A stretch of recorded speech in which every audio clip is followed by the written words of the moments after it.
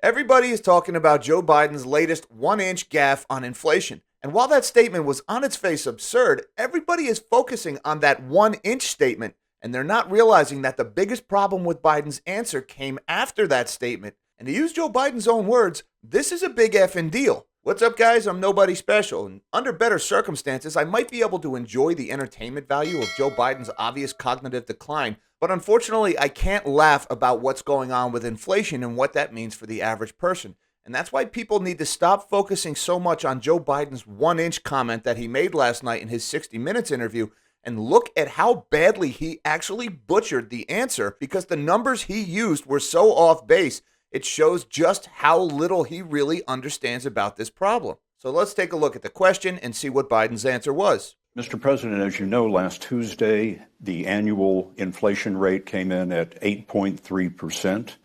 The stock market nosedived. People are shocked by their grocery bills. What can you do better and faster? Well, first of all, let's put this in perspective. Inflation rate month to month was just an inch. Hardly at all. All right, folks, let's get this over with.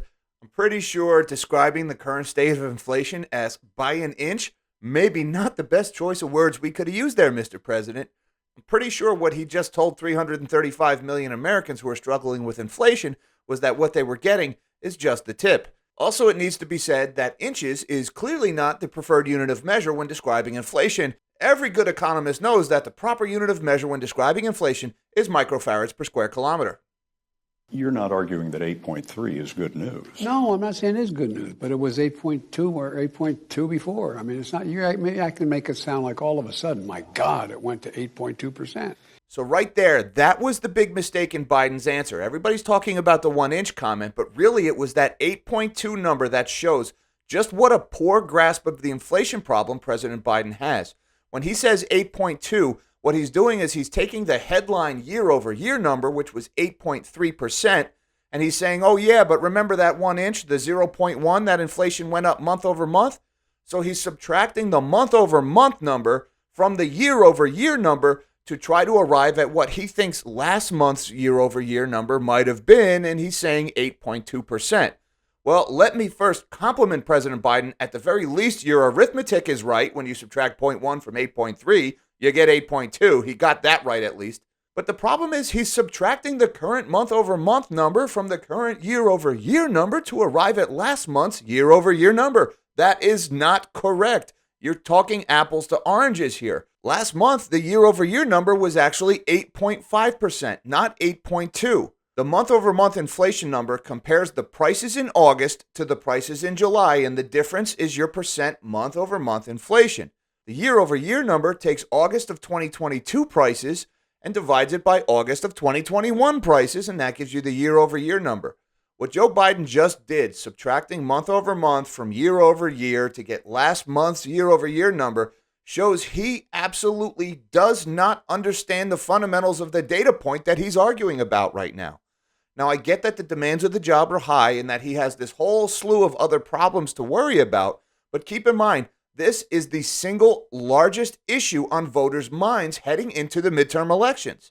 This is the single largest reason why President Biden's poll numbers are in the toilet. In other words, this CPI inflation number is the single most important statistic in the world to Joe Biden, and he just totally butchered it. He has no idea what he's talking about. And that is what folks need to be talking about right now. While the 1 inch comment was hilarious and ridiculous, it's not the most absurd thing he said. When he subtracted the month-over-month from the year-over-year number to try to backfit last month's year-over-year number, he made a huge mistake. If this is the single most important statistic in your life, you need to be able to fire off last month's year-over-year number like that, not sit there and try to do some cockamamie calculation on the fly in an interview. The highest inflation rate, Mr. President, in 40 years. I got that. But guess what we are? We're in a position where for the last several months it hasn't spiked. It is just barely, it's been basically even. And right there, that's one of the ways politicians lie to us. Keep in mind, any positive CPI number means prices are still going up. Biden is sitting here spending all this time talking about how it hasn't spiked, how it's leveled off. That doesn't mean prices stopped going up. It just means prices are going up at the same rate they've been going up.